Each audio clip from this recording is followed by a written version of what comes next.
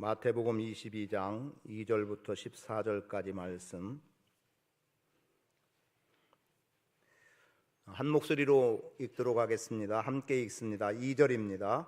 천국은 마치 자기 아들을 위하여 혼인잔치를 베푼 어떤 임금과 같으니 그 종들을 보내어 그 청한 사람들을 혼인잔치에 오라 하였더니 오기를 싫어하거늘 다시 다른 종들을 보내며 이르되 청한 사람들에게 이르기를 내가 우찬을 준비하되 나의 살진 짐승을 잡고 모든 것을 갖추었으니 혼인잔치에 오소서 하라 하였더니 그들이 돌아보지도 않고 한 사람은 자기 밭으로 한 사람은 자기 사업하러 가고 그 남은 자들은 종들을 잡아 모욕하고 죽이니 임금이 노하여 군대를 보내어 그 살인한 자들을 진멸하고 그 동네를 불사르고 이에 종들에게 이르되 혼인잔치는 준비되었으나 청한 사람들은 합당하지 아니하니 네거리 길에 가서 사람을 만나는 대로 혼인잔치에 청하여 오라 한데 종들이 길에 나가 악한 자나 선한 자나 만나는 대로 모두 데려오니 혼인잔치에 손님들이 가득한지라.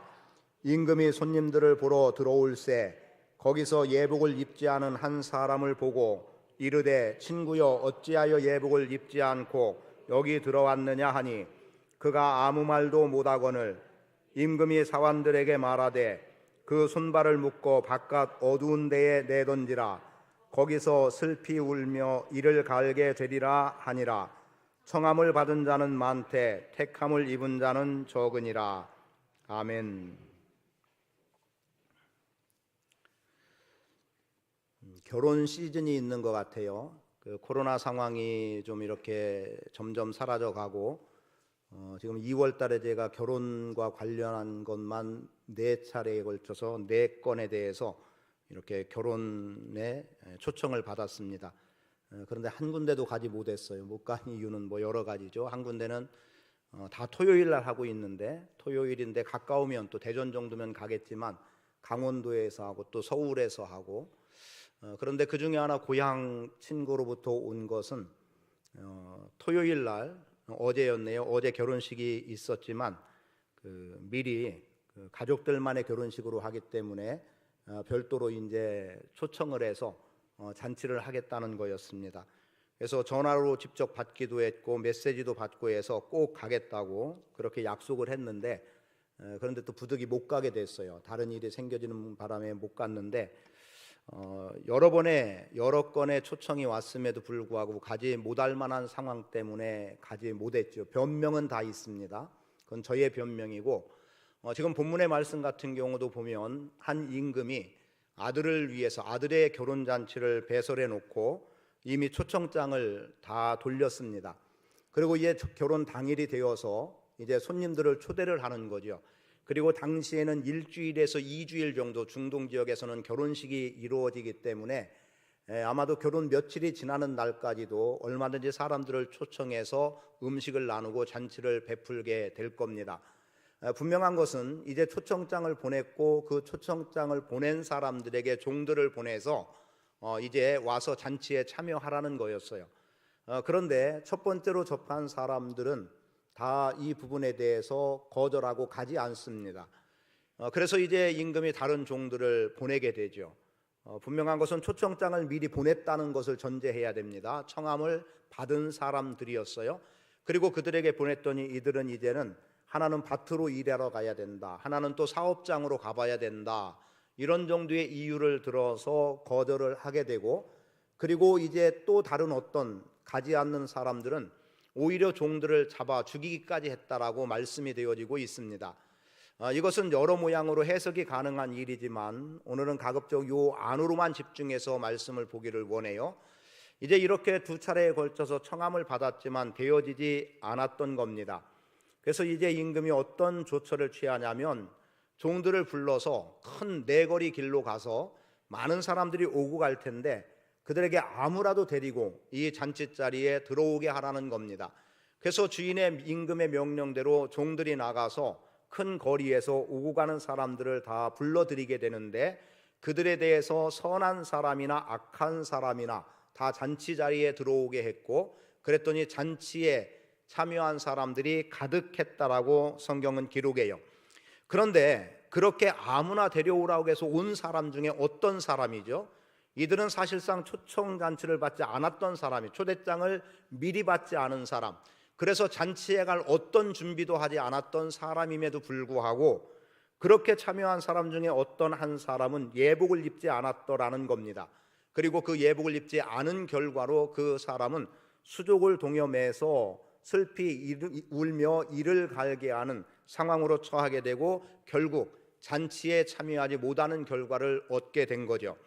청함 받은 사람들 많습니다. 초청장을 받은 사람들은 많은데 어쨌든 이들 가운데서는 잔치에 온 사람들이 없었다. 그리고 초청받지 못한 사람들 중에 사람들을 불러 모았는데 그 중에 또 어떤 사람은 합당한 예복을 입지 않음으로 인해서 그 잔치에 참여하지 못하는 결과를 가져왔다고 하면 청함을 받은 사람들이 거절한 것이나, 즉 청함받은 사람들이나, 그리고 그 자리에, 잔치 자리에 들어왔음에도 불구하고 예복을 갖춰 입지 않음으로 인해서 결국 쫓겨나는 신세나 다를 바 없는 결과를 가져오고 있음을 본문은 말씀해주고 있습니다.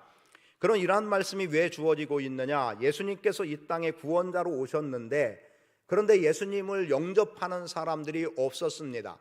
우리가 잘 알고 있는 요한복음 1장 12절, 영접하는 자 곧 그 이름을 믿는 자들에게는 하나님의 자녀가 되는 권세를 주셨다는 말씀 앞에는 사람들이 빛으로 말씀으로 오신 예수 그리스도를 영접하지 않았다는 거예요. 영접하지 않고 배척하는 사람들 가운데 영접한 자들은 하나님의 자녀가 되는 권세를 입었다라고 말씀하고 있는데, 영접하지 않은 자들은 결국 청함받은 자의 자리로 끝나는 인생이고, 그리고 영접하는 자들은 택함을 입은 자의 자리에 들어가고 있음을 명확하게 보여주고 있습니다. 그리고 이 말씀과는 조금 다르지만 또 어떤 내용의 말씀을 주고 있느냐? 이제 종들을 보내서 초청을 해요. 그런데 안 듣습니다. 물론 여기서 초청이라고 하는 것은 열매와 관계된 부분이에요. 포도원에 열매를 거두드리기 위해서 종들에게 소작을 주고 그 종들에게서 얻을 것을, 받을 것을 마땅히 받으려고 종들을 보내는데 그 종들을 쫓아버립니다. 죽여버려요. 또 다른 종들을 보내도 주지 않고 쫓고 하다가 마침내 주인이 어떻게 해요? 내 아들을 보내면 내 아들의 말은 들을 것이라고 생각했는데 정작 이 소작을 하고 있는 농부들은, 자, 이 사람은 주인의 아들로서 상속받을 자니까 우리가 이 아들을 죽이자. 그러면 이 포도원 전체가 우리 것이 될 것 아니냐라고 하는 그릇된 판단을 하고 죽이게 되죠. 거기서 죽은 게 누구예요? 바로 예수 그리스도입니다. 그동안 선지자들을 보내고 예언자들을 보냈지만 사람들은 다 배척해버리고 말았어요. 그리고 예수님이 정작 오셔서 또 그들을 초대하고 열매를 거두기를 원하지만 역시 예수님에 대해서는 죽이는 결과까지를 가져오고, 그래서 하나님의 아들인 예수 그리스도가 십자가에 못 박혀 죽으시는 사건으로 나오고 있고 그 내용이 21장에 기록이 되어 있습니다. 그러면서 열매와 관계된 말씀을 표현해주고 있어요. 오늘 우리는 예수 그리스도의 이 땅에 오심에 대한 분명한 믿음과 함께 예수님이 우리를 부르실 때 그 부름에 응하는 자로서의 삶을 살아야 됩니다. 주님이 우리를 초청하면 우리는 그 초청에 상응하는 반응을 보여야 되고, 그리고 그 잔치에 들어가서 함께 먹고 마시고 누릴 수 있는 예복을 갖추고 들어가는 것은 마땅한 일이라고 표현하고 있지요. 그래서 이 설명을 조금 더 우리가 이해하기 위해서 창세기 12장 말씀으로 가보면 하나님께서 아브라함을 부르실 때 너는 너의 본토 친척 아비집을 떠나 내가 네게 지시할 땅으로 가라. 내가 너로 큰 민족을 이루고 너에게 복을 주겠다라고 말씀하죠. 그리고 네가 복의 근원이 될 건데, 즉 복이 될지라라고 말씀하면서 너를 축복하는 자에게는 내가 복을 내리고 너를 저주하는 자에게는 내가 저주하겠다는 말씀을 주세요. 그러면서 아브라함에게 주신 커다란 약속이 있습니다. 천하 만민이 너로 인하여 복을 얻을 것이다 라는 거였어요. 그리고 그의 아들 이삭에게도 동일한 말씀을 주셨고, 또 그의 아들 이삭의 아들 야곱에게도 동일한 말씀을 주셨고, 그래서 아브라함이라고 하는 한 사람을 통해서 천하 만민이 복을 얻을 것이라는 말씀을 주셨습니다. 그리고 이제 야곱의 12 아들들을 통해서 이스라엘이라고 하는 민족을 형성하게 될 때 지금까지는 아브라함 한 사람과 관련해서 복을 받는 사람들은 아브라함에게 향한 사람들이었지만 이제 이스라엘이라고 하는 민족 또는 나라가 건설되었을 때는 이스라엘을 향하고 이스라엘을 통해서 이방인들이 열방이 복을 받도록 했어요. 그 말은 곧 이방인들에게 열방에 하나님의 나라를 선포해 나가도록 그들에게 말씀해 주셨는데, 그런데 이스라엘 백성들은 우리라고 하는 울타리에 갇혀버리고 말았습니다. 우리만 하나님의 백성이고 우리만 구원받은 자요, 우리만 하나님 나라에 들어갈 자다라고 생각을 했어요. 그리고 이방인들에게 열방에 아무런 영향력을 끼치지 못했습니다. 오히려 그들은 이방 사람들이 섬기고 있는 우상을 섬기면서 하나님을 배반하고 하나님을 떠난 인생으로 살아가게 됐던 거죠. 그럴 때 하나님께서는 선지자를 보냅니다. 그래서 그들로 하여금 돌이켜 회개하고 돌아오라고 말씀해요. 끊임없이 하나님은 선지자들을 보내서 오라 오라 하는데, 즉 초청하고 있는데, 그런데 본문에 나와 있는 어떤 사람들처럼 그 초청에 도무지 응하지 않고 있는 모습들을 보여주고 있었던 겁니다. 그리고 마침내 하나님께서는 당신의 아들 예수 그리스도를 이 땅에 보내주시고, 그리고 무수한 사람들, 누구라도라고 표현하는 어떤 사람들을 다 불러 모으기를 원했고, 그들에게 구원의 은혜를 경험하고 하나님 나라의 잔치를 맛볼 수 있도록 허락해 주시고자 했던 거예요. 그런데 그 일이 일어나지 않았던 것은 결국 아브라함을 부르셨을 때, 그래서 이스라엘로 모든 열방의 구원에 이르고 복을 누리게 하려고 했을 때 이것이 사실상 실패라면 실패로 돌아갔고, 그리고 예수 그리스도를 통해서 구원의 놀라운 역사를 이루고자 했을 때 결국 그 일마저도 실패처럼 보여지고 말더라는 거죠.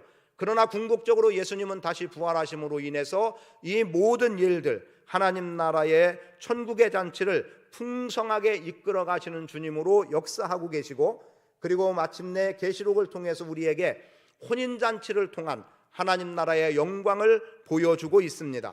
그래서 오늘 우리는 다시 오실 예수 그리스도를 신랑으로 기대하는 신부로서의 삶을 지금 살아가고 있고, 신부의 예복 혹은 잔치에 들어갈 합당한 예복을 준비하는 자로 삶을 살아가야 됩니다. 여기서 여러분들에게 말씀드리기 원하는 것, 여러분들은 하나님 앞에서 청함을 받은 자만이 아니라 택함을 입은 자로서의 삶, 택함을 입은 자의 자리에 굳건하게 설 수 있게 되기를 축복합니다. 그래서 택함 받은 자에게 주어지는 복을 간단하게 말씀을 좀 드리기를 원하는데, 이사야 43장 말씀은 하나님께서 야곱아 이스라엘아 너를 창조하신 여호와 너를 조성하신 자가 이제 말씀하시느니라 라면서 내가 너를 구속하였고 내가 너를 지명하여 불렀나니 너는 내 것이라고 말씀합니다. 그리고 내가 불 가운데 지날지라도 불이 너를 태우지 못할 것이고 물 가운데 지날지라도 물이 너를 침몰하지 못할 것이라는 안전함을 보장해 주면서 이어서 뭐라고 말씀하냐면 보배롭고 존귀하게 여기겠다는 거예요. 그리고 심지어 이렇게까지 말합니다. 내 생명이 위태롭다고 한다면 다른 사람의 생명으로 대신해서 너를 살리겠다는 거예요. 그럴 만큼 하나님께 택함 받은 자들은 하나님이 책임져 주시는 인생이 되는 것이고, 또는 다 망가지고 무너지고 도무지 쓸모없는 존재까지 여겨지는 그 상황 속에서도 하나님은 우리를 보배롭고 존귀한 자로 여기셔서 오늘 우리가 택함을 입은 자로서 하나님 나라의 영광 가운데 거할 수 있는 은혜를 주신 겁니다. 그래서 백성들로 내 생명을 대신하리니, 여러분의 생명을 하나님은 조금도 가볍게 여기거나 버리지 않음을 확신하십시오. 하나님께 택함 받은 자의 생명은 하나님이 책임져 주시고 하나님이 보호해 주시는 거예요. 그러면서 말씀은 여호와 보시기에 존귀한 자라, 여러분이 청함 받은 자리에서 택함을 입은 자의 자리에 설 때 여러분은 가장 존귀한 자로서 하나님의 부름 앞에 서는 은혜를 경험하게 되는 겁니다. 그래서 본문 말씀으로 다시 돌아와 말씀을 보기 원하는 바, 자, 임금이 혼인잔치를 열었어요. 그리고 이미 초청장을 다 받았습니다. 첫 번째, 두 번째 혼인잔치에 오지 않고 거절하고 있었던 사람들은 초대장을 받은 사람들이에요. 청첩장이라고 하나요? 그걸 다 받았어요. 받아들어서 몇 날 몇 시에 이러한 누구의 혼인잔치가 있다는 것을 이미 알고 있습니다. 그런데 3절에 보니까 이렇게 말씀하죠. 그 종들을 보내어 그 청한 사람들을 혼인잔치에 오라 하였더니 오기를 싫어했다는 겁니다. 그러면 이게 쉬운 결정이겠느냐? 분명히 이건 아니겠죠. 왜냐하면 임금이 초청하고 있어요. 왕이 초대하고 있습니다. 그러면 그 자리를 거절할 사람은 그렇게 없을 겁니다. 물론 부득이 어떤 정말 피치 못할 사정이라고 한다면 어쩔 수 없겠지만 임금이 초청한 자리에 다 응할 수밖에 없는 거예요. 더군다나 임금이 초청했는데 가지 않는다면 어떤 결과가 온다는 거 뻔히 알죠. 그 결과는 7절에 나옵니다. 임금이 노하여 군대를 보내어 그 살인한 자들을 진멸하고 그 동네를 불사르고, 청함은 받았지만 그 자리에 나오지 않은 사람들, 그들은 다 진멸의 대상일 수밖에 없다라고 본문은 말씀하고 있습니다. 그런데 그들은 오기를 싫어했다는 거예요. 요즘으로 말하면 초청장 받았어요.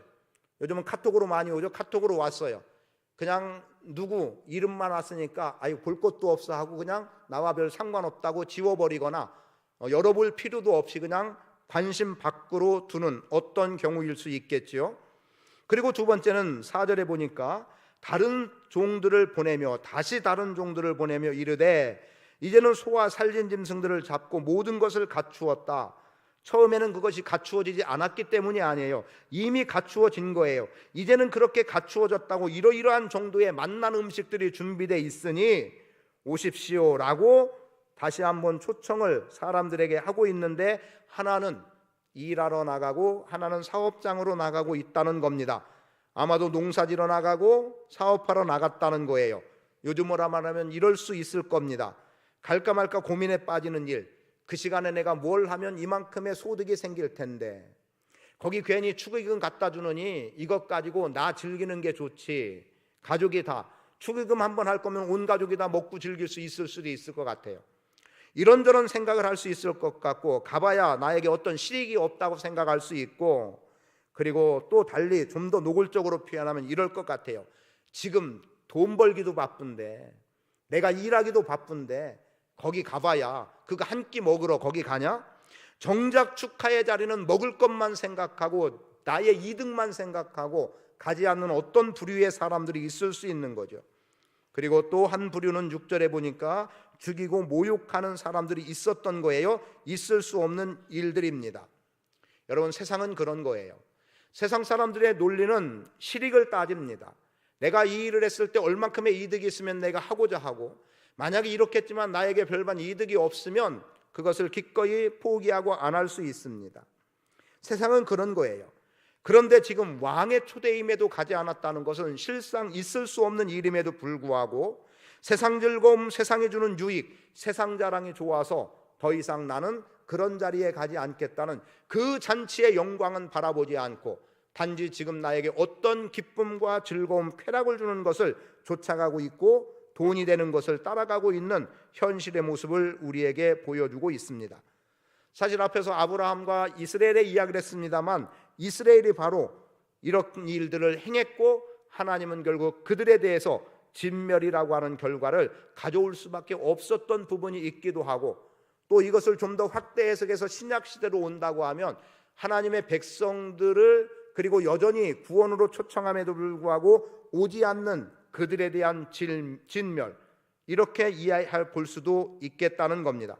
그러나 분명한 것은 사람들을 보내서 초대하고 있고 와서 잔치에 참여하라고 하는데 들어오지 않음으로 인해서 그 잔치를 맛보지 못하는 사람들이 있었던 겁니다. 그래서 이제 임금은 특단의 조치를 내리게 되죠. 9절에 나옵니다. 네 거리 길에 가서 사람을 만나는 대로 혼인잔치에 청하여 오라 한 거예요. 그런데 그 가운데 8절 마지막 부분에 보면 청한 사람들은 합당하지 않다. 혼인잔치를 준비해놓고 이미 다 초청장을 보냈는데 그들이 오지 않음으로 인해서 임금이 판단하고 있는 것은 그들은 이 잔치에 합당하지 않다라고 정해놓고 있어요. 그리고 사실은 합당하지 않은 사람들을 불러들여서 합당한 자의 자리에 앉혀놓는데 그게 바로 뭐냐? 길에 나가서 악한 자나 선한 자나 만나는 대로 모두 혼인잔치에 들여오게 했던 이들, 그 악한 자나 선한 자라고 표현되어지는 아무도 알아주지 않는 어떤 사람들일 수 있어요. 그런데 이들은 어찌 되고 있습니까? 그 자리에 참여하고 있더라는 거지요. 이것을 지금까지 말씀드렸던 알곡과 쭉정이, 처음 된 자, 나중 된 자, 이런 정도의 내용으로 말씀을 드리는 것으로 표현해 본다면, 지금 왕이 초청장을 보낸 사람들의 대상이 어디 그냥 빌어먹는다고 해야 됩니까? 이런 사람들에게 임금이 초청장을 보내겠습니까? 지금으로 말하면 대통령 아들이 결혼하는 거예요. 그럼 대통령이 초청장을 보내면 누구한테 하겠습니까? 아마도 정치권에 있는 사람들, 국회의원을 비롯한 정치권의 사람들에게 할 거고, 그리고 대기업의 회장이나 어떤 사람들에게 할 것이고, 아니면 그래도 좀 서민들에게도 한다고 하면 그래도 뭔가 칭찬받을 만한 어떤 사람들 아니겠습니까? 그런데 그들은 정작 오지 않는 거예요. 초청장을 받았음에도 불구하고 응하지 않는 거예요. 그런데 비천하고 버림받고, 그래서 말씀드린 바 바리새인과 서기관들은 화 있을진저라는 책망의 소리를 듣지만, 세리와 창기들은 예수님이 그들을 죄인이라고 규정하지 않고 사람들이 죄인이라고, 어떻게 죄인들과 함께 먹고 마시느냐는 소리를 들으면서도 그들과 함께하고 있고 그들을 구원으로 인도하셨던 주님의 심정을 우리는 알아야 합니다. 그래서 만나는 대로 불러들이는 그들은 사실은 버림받은 자들일 수밖에 없다고 말해도 될 그들, 그런데 그들은 그 잔치 자리에 들어와서 잔치의 은혜를 경험하는 거예요. 그럼에도 불구하고, 그런데 유독 어떤 한 사람이 예복을 입지 않았다라고 11절에 말씀하고 있어요. 그래서 말합니다. 임금이 어째서 넌 예복을 입지 않고 여기 들어왔느냐? 근데 할 말이 없어진 거예요. 그랬더니 임금이 사환들에게 손발을 묶고 바깥 어두운 데 내던지라고 하고 있고, 그는 결국 슬피 울며 이를 갈게 되는 처분을 받게 됩니다. 악한 자나 선한 자, 그래서 말씀드려요.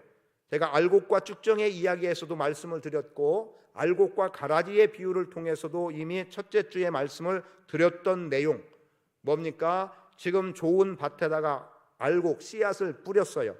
그리고 풍성한 열매를 기대합니다.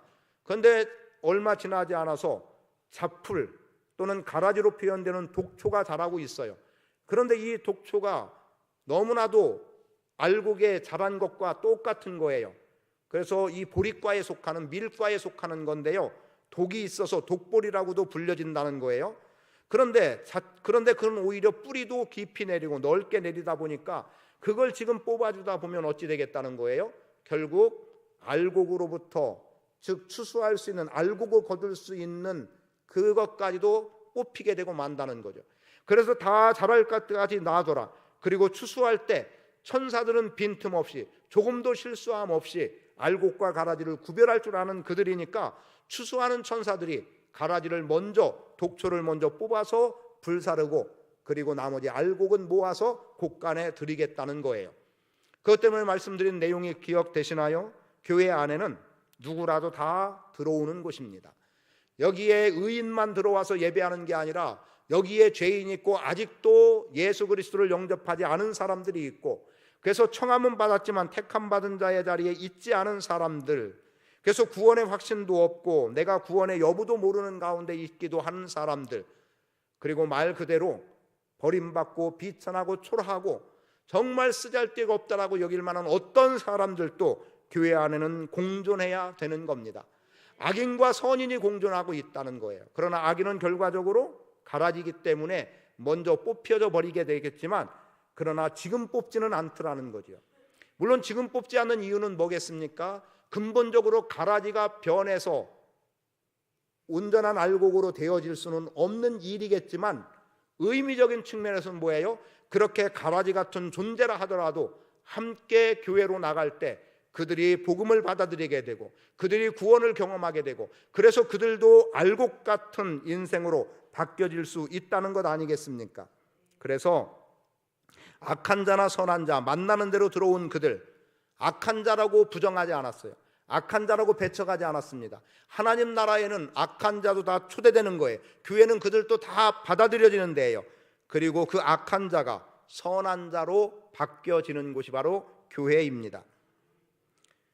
다만 오늘 우리가 중요하게 여기야 되는 말씀도 하나가 있는데, 뭐냐면 하나님께서는 선인이나 악인에게 햇빛이나 바람이나 자연적인 혜택은 골고루 동등하게 준다는 겁니다. 그런데 선인과 악인의 구별이 뭔지 압니까? 선인은 그렇게 햇빛을 주시는 하나님을 아버지라 부른다는 거예요. 그러나 아기는 아버지라고 부를 수 있는 기회조차도 갖지 못하는 겁니다. 저는 여러분들이 오늘 초청받은 자의 자리로 이 자리에 있음을 믿고 여기서 이미 초청받은 자로서 택함받은 자의 자리에서 하나님 나라의 영광과 기쁨을 누리는 자가 있다고 보고, 또 어떤 사람은 초청장을 받고 초대받아서 여기까지는 왔지만 아직까지 예복이 준비되어지지 않음으로 인해서 지금 잔치에 들어가지 못하는 분도 있을 수 있다고 봅니다. 그런 분들은 빨리 준비해야죠. 여러분, 마지막 최종적으로 이 천국잔치에, 혼인잔치에 들어가게 되는 사람, 그 잔치를 누리는 사람에게 있어서 기준이 하나 있었죠. 그게 뭐예요? 예복이었습니다. 예복, 거기에 합당한 예복. 그래서 택함 입은 자, 합당한 예복을 입은 자가 되어야 합니다. 물론 이 합당이라고 하는 것은 8절에서 청한 사람들이 합당하지 않았다라고 말하니까 이제 택함 받은 자는 분명히 무언가 합당한 자라는 거죠. 그 합당함에는 예복이에요. 그럼 오늘 우리가 어떤 예복을 입어야 하겠느냐는 겁니다. 옷과 관련한 부분에서 말씀드린다면, 먼저는 가장 우리가 많이 인식하고 있는 것 가운데 그리스도로 옷 입어야 한다는 거죠. 갈라디아서 3장 27절은 분명하게 우리에게 말씀합니다. 우리가 침례를 받음으로 그리스도로 옷 입었다라고 말해요. 그럼 그리스도로 옷 입었다는 게 무슨 말이겠어요? 우리는 죄인이었습니다. 죄인인 우리가 예수 그리스도의 십자가의 대속의 은혜로 말미암아 구원받은 존재가 됐어요. 그래서 그리스도의 대속의 은혜를 입은 자는 곧 그리스도로 옷 입은 자입니다. 그리스도의 피로 정결하게 된 사람은 그리스도로 옷 입은 자예요. 우리는 불의를 행하고 있었던 사람이에요. 그런데 불의를 행하던 우리를 예수의 십자가로 구속하셔서 이제 의의 길을 걸어가게 했다면 그것이 오늘 우리가 입은 그리스도의 옷이 되는 겁니다.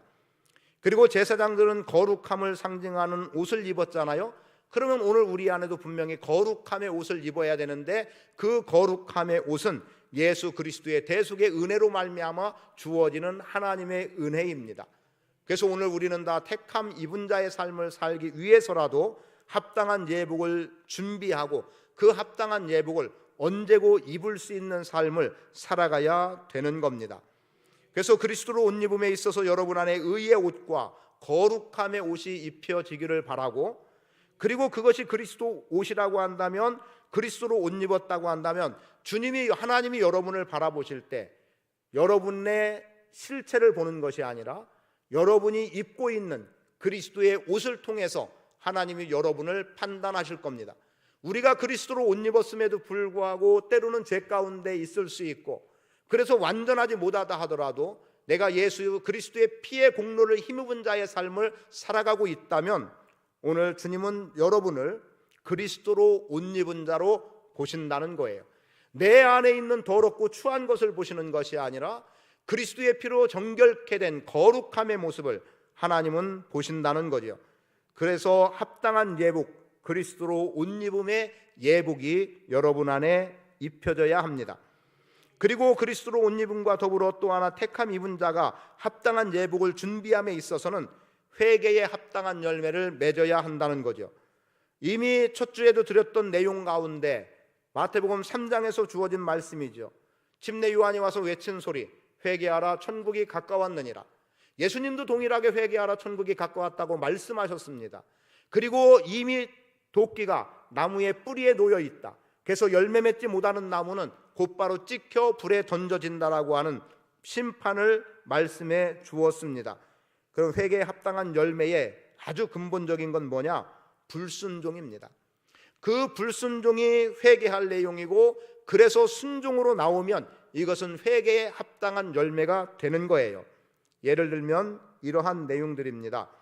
21장 28절에 가보면 두 아들을 둔 아버지가 한 아들에게 너 오늘 포도원에 가서 일해라. 예, 알겠습니다. 그리고 포도원에 가서 일하지 않는 거예요.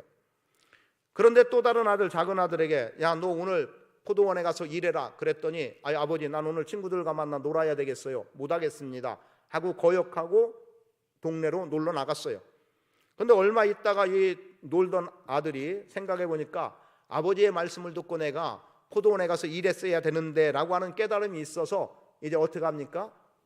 아버지의 포도원에 가서 일을 합니다. 누가 순종한 자입니까?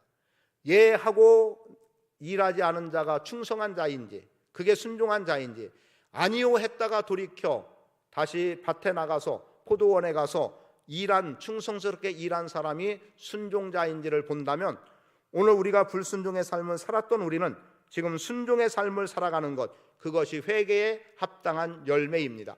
회개에 합당한 열매를 맺으라고 요한이 선포했을 때 많은 사람들이 요한에게로 와서 묻습니다. 우리는 어떻게 하면 됩니까?예요. 자, 군인들이 와서 물어요. 그럼 우리는 어떻게 회개에 합당한 열매를 맺으면 되겠습니까? 그러자 뭐라고 말합니까? 너희가 나라로부터 받는 그 노개, 그 대가에 만족해라. 너희가 힘이 있다고 해서 가난한 사람들의 것을 빼앗아서는 안 된다는 거예요. 그리고 세리들이 와서 우리는 어떻게 해야 됩니까? 그들에게는 말씀하죠. 너희들은 정한세 외에는 받지 마라. 너희들이 정한세를 받고, 그때 당시는 로마 압제에 있었기 때문에 로마에다가 세금을 바치면 로마로부터 일정 보수를 받는 것 아니겠어요? 그런데 그거로 부족하다고 해서 세금을 더 먹이는 거예요. 그래놓고 이 여분의 것은 자기가 착취했던 것. 그래서 세리들은 동족들로부터 아무런 인정도 받지 못하고 오히려 가장 악독한 존재로, 그리고 이방인처럼 취급당했던 사람들입니다. 그들은 정한 것 외에는 받지 말라는 거였죠. 너희가 좀 부족하게 지내고 그리고 어렵게 살더라도 그 이상의 것을 받지 말라는 거예요. 그래서 제가 여러분들에게 쉬운 표현이었는지 모르지만 여러 차례 반복해서 드렸던 내용, 내 손이 남의 물건을 훔치거나 해롭게 하는 악한 더러운 손인데 내가 예수 믿고 구원받아서 더 이상은 그 더러운 짓을 하지 않는다, 이것까지도 좋지만 이제 누군가에게 해를 끼쳤던 이 손이 누군가를 돕는 손으로까지 변해지는 것, 이것이 회개에 합당한 열매라고 말씀을 드렸어요. 우리는 돌이켜 회개했다로 멈추는 자가 아니라, 그래서 나는 더 이상 안 하니까 괜찮지가 아니라, 우리는 이 괜찮지를 넘어서 열매로 나타내지는 삶을 살아야 한다는 거지요. 사실 이것이 어렵다 보니까 우리가 많은 부분에 실패하고 또는 실수하기도 하지만 우리는 분명히 그렇게 삶을 살아야 되는 겁니다. 그래서 말씀드립니다. 회개 없는 천국 백성은 없습니다. 삶의 변화를 통하지 않은 천국 백성은 없는 거예요. 저는 여러분들이 합당한 예복을 입어서 택함을 입은 자의 자리에서 하나님 나라의 영광을 보는 자로 서시기를 축복합니다. 이제 교회인 여러분에게 말씀드립니다. 우리는 교회로 부름받았습니다. 우리 모두는 혼인잔치에 초대장을 받은 사람들이고 그 초대장을 받아서 이 자리에 있는 사람들입니다. 그리고 이 자리에는 초대장을 받고 이 자리에 있게 된 사람과 함께 이제 택함 받은 자의 자리에 있듯이 합당한 예복을 입고 있는 사람이 있기도 합니다. 그것은 구원이라고 하는 놀라운 은혜가 표현되어지는 거예요. 그러면 교회는 어떻게 해야 될까? 자, 섞어서 이야기합니다. 여기에도 여전히 청함받은 위치에만 있는 사람들, 그래서 이 자리에 있는 사람이 있고, 그리고 합당한 예복을 입고 택함을 받은 사람이 분명히 있어요. 그러면 우리는 어떻게 할까? 누구라도 어떤 부류에 스스로가 알 거예요. 내가 구원의 확신이 있음과 없음은 스스로가 아는 문제니까, 내가 아직 구원의 확신이 없다, 그래 합당한 예복이 아직까지 완전하게 갖추어지지 않고 있다, 손치더라도 모두가 해야 될 일은 큰 거리로 나가서 누구라도 혼인잔치에 불러들이는 종들처럼 여러분들은 누구라도 주님 앞으로 이 예배당 안으로 들어오게 하는 일을 감당해 나가야 됩니다. 그것은 교회가 청함받은 자들을 끊임없이 만들어내야 된다는 거죠. 아직 택함을 입은 자는 아니라도 청함받은 자의 자리에서 그들이 예배의 초소에 나오게 하고, 그들이 말씀을 들을 수 있는 기회를 갖게 하고, 그들도 회개할 기회를 갖게 하고, 그리스도로 옷 입을 수 있는 기회를 갖도록 우리는 그들을 끊임없이 불러들이는 일을 감당해 나가야 합니다. 그리고 아울러 공통적으로 해야 될 일이 또 있습니다. 내가 택함을 입은 자처럼 합당한 예복이 다 준비되었다, 그냥 기본적으로 그리스도로 옷 입었다, 회개에 합당한 열매를 맺고 있고 순종의 삶을 살고 있다고 한다면, 그렇게 살아가지 못하는 사람들에게 그리스도로 옷 입게 하고 회개의 열매를 맺게 하는 일에 여러분들이 힘을 기울이고 가르치고 본을 보이는 삶을 살아야 한다는 거죠. 그래서 교회 안에는 악한 자나 선한 자가 공존하듯이 청함을 받은 자와 택함을 받은 자가 함께 하는 거예요.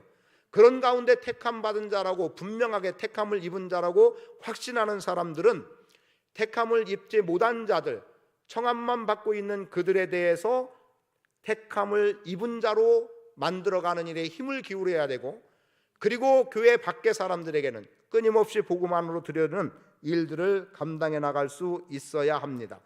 그렇게 함으로 인해서 교회는 하나님의 은혜로 말미암은 구원의 기쁨과 감격이 넘칠 것이고, 부흥과 성장이라고 하는 아름다운 열매들을 맺어나가게 될 줄 믿습니다. 청함을 받고 온 자, 택함을 받은 자, 택함을 입은 자가 되도록 말씀으로 양육하고 가르치고 섬기고 이끌어주는 일을 감당해 나갈 수 있기를 축복합니다. 자, 여러분 각자가 내가라는 입장에서 상대가 구원 받았는지의 여부, 합당한 옷을 준비했는지의 여부를 모른다는 걸 전제하는 속에서 옆에 분들을 한번 축복합니다. 우리 합당한 예복을 준비합시다.